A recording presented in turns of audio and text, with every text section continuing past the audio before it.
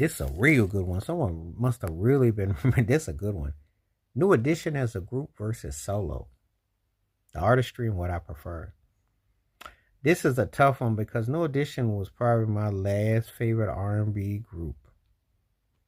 There have been other groups that came out. I mean, Jodeci, Boyz II Men, who named themselves for crying out loud after them.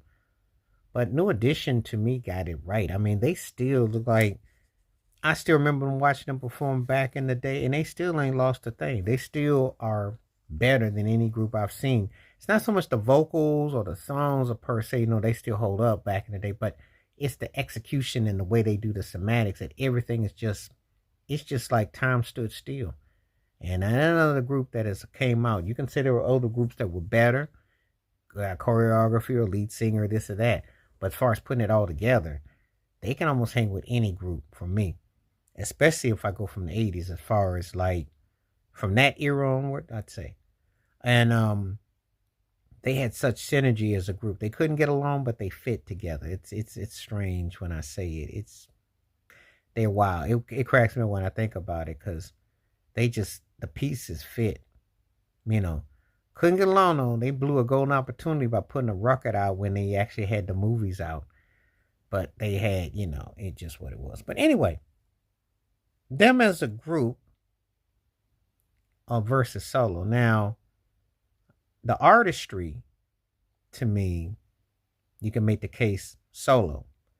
Obviously, when we get into Bobby Brown's, especially the Don't Be Cruel era, his window, that album, the Bobby album, his window wasn't open wide, but it was enough where for me, Usher and Chris Brown put together ain't getting through there. And I don't want to hear these paid out plants in the industry talk about that those guys are on Bobby Brown's, that they up there with Michael Jackson. They never passed Bobby Brown. Cats be lying to you. I call Cap Crunch and Munch. Turkeys be lying.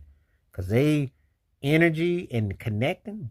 If I'm lying, ask yourself, why is Usher still doing Bobby Brown tributes for a guy who done the Super Bowl internationally and was considered probably the second most important R&B artist behind R. Kelly? Tell the facts, tell the truth. By default, though, because he wasn't near his talent. He didn't have the catalog.